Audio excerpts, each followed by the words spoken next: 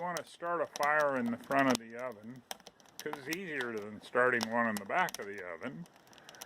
But once you get a good fire burning, then you want to take your clean out tool and you push the fire across the hearth and push it back as far as you can go. Once you get it there, then you can start really loading it up, and we're going to completely fill the cavity with wood.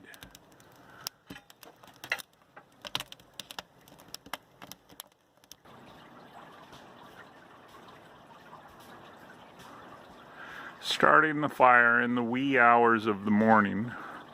I think it's about 6:30 actually, and a nice fall October day. Split. I like to split whatever wood I'm using down into fairly small pieces. Small twigs and branches from trees work real well too, as long as they're nice and dry. This is what I have to work with today. These are some small cedar limbs that we're going to use this morning as well. They're not as dry as I would like them to be, but the fire will dry them out relatively quickly. We have quite a few of these, so we're going to get them all in there.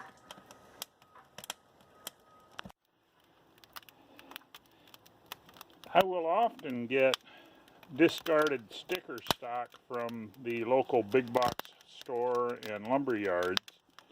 The only caveat that you have to be aware of is you never want to burn plywood, particle board, or anything that's ever been pressure treated or painted.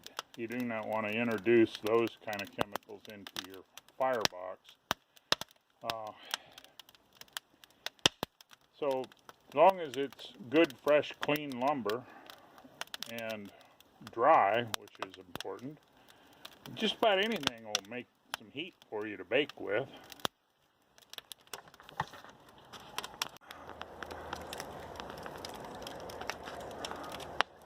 That's the fire as it's, I don't know, 30 minutes into the burn after filling the firebox with wood.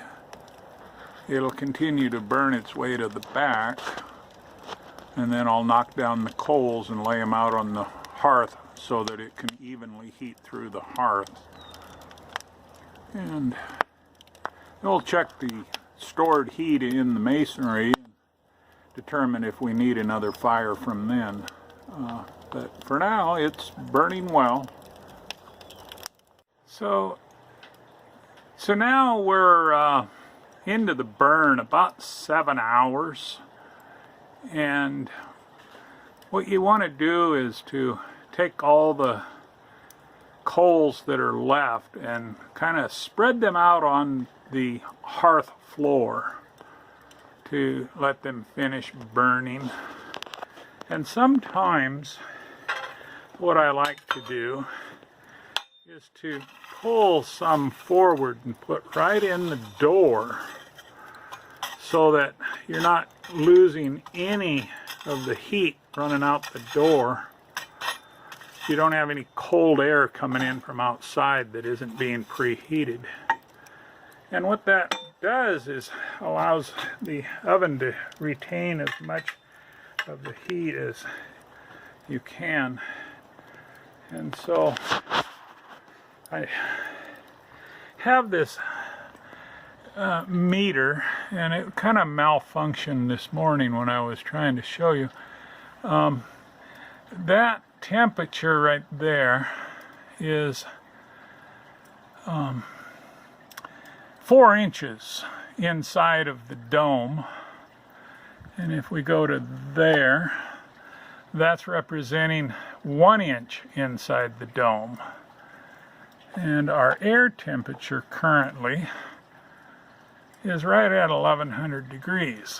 And then if we, sorry about the camera motion, I guess I should get a tripod.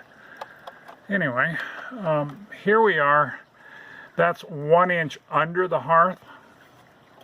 That's 4 inches under the hearth. And that's 8 inches under the hearth. Conversely, that's 8 inches above the dome. So when we built the oven, we built it to commercial oven standards. And because we never do more than 3 runs of bread, we never have completely fired the oven to its full potential. But what we're going to do is, after the coals burn down some more, we'll rake that out and close the oven up and let the oven rest for about an hour or so before we start putting bread in it. And by doing that, you're allowing the temperatures within the oven to equalize into the corners, into the hearth, into the dome, so that it's pretty much a universal temperature. The other thing that does is it allows that extra heat that I showed you, 1 inch inside the hearth and 1 inch inside the dome, to move further into the masonry. And so how this works is you're storing energy in the masonry, and then when you start to bake and the bread dough is actually cooling down the oven chamber, the heat starts moving back into the oven out of the brick rather than where we have the fire. The heat is moving from the hot oven chamber into the masonry. And it's that stored reserve that we are baking with. Oven tools go.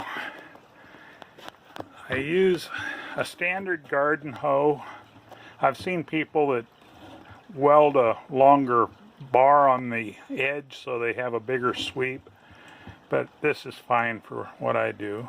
And then this is a pizza oven brush, which is essential if you're doing pizzas, because you have to get whatever it is you're using to get the pizzas off the peel. I use cornmeal, but some people use coarse ground wheat.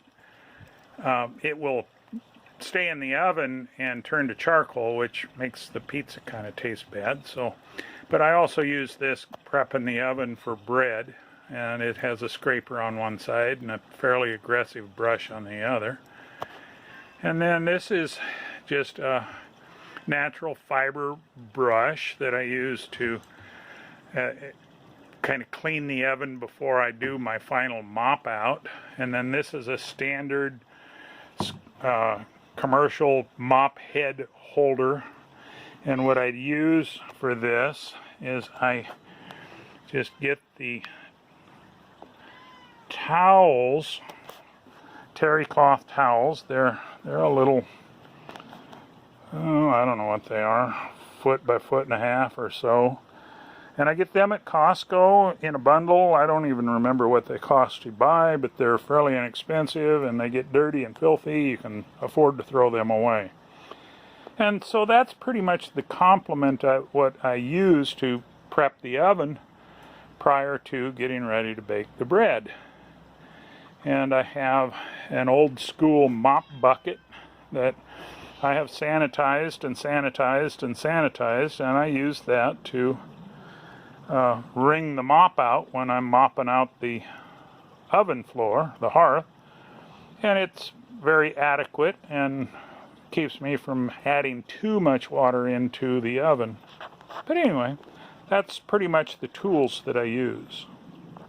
This morning, as we were getting set up, we were having some inclement weather, so we went ahead and put up our little shade structure so that we'd have a dry place to work. But right now it's not raining, but I thought I'd give you a chance to kind of see the oven. That's a backup wood box for when we're doing pizzas. I use hardwoods, mostly oak, sometimes madrone, maple, alder. They're all good woods for doing pizza. For bread, it doesn't really matter what you feed it, and I think I've already said that I won't use anything that's pressure treated, plywood, particle board, anything that's been painted or stained. I want natural, clean wood. Doesn't matter what variety, anything that'll burn will produce heat, but that's kind of what the oven looks like on the outside. The chimney doesn't have a official chimney top on it yet because the chimney needs to be taller than it is, and I'm waiting for some other projects to move that forward. But in any case, all made out of, for the outside, pretty much all recycled brick, some of which are probably 150 years old brick. And then for the hearth, for the oven itself, I used new fire brick.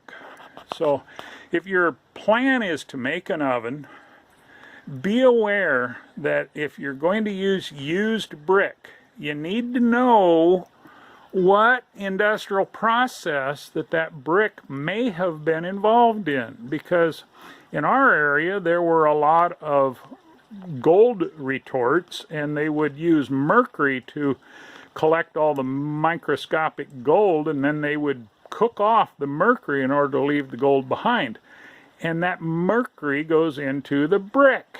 And so you don't want to use fire brick, or for that matter red brick, if you don't know its history. You don't want to be bringing these things into your oven environment.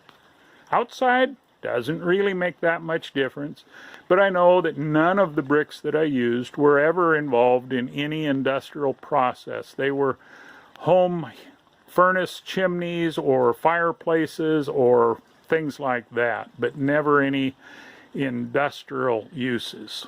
And the hearth pad, as you're seeing it there, is a piece of granite, which is an igneous rock, igneous being that it came out of the earth in fire, like lavas and other things, but granite is one of those igneous rocks, and therefore it works very well in a very hot environment. So now we're getting down to the tail end of the burn, and I've scraped all of the remaining coals up to the front of the door. Now, as I said before, that helps to keep any cold air from coming into the oven as we're finishing the burn. We have this old cast iron kettle that we use to catch the ashes. So that's what we're going to scrape what is left of the fire into. The way the stove is built, you have a trough right here that is a drop chute that you pull the ashes into, and it drops down and goes into that kettle. And so we're getting to the tail end of our burn. I think we have enough heat stored in for our 3 runs of bread. And so we're going to go ahead and complete that. And as you can see, that's where they're going. Hold that there and you can see the waterfall of fire. They do that at Yosemite on one of the dome, a half dome or something, that they build a fire at night and then kick it over the side so you get a fireworks in the middle of the night. But anyway, that's what we do, and then I'll close it up and we'll put the door on it and we'll let it sit and even out the temperatures for about an hour, and then we'll mop it out and be ready to put bread in it.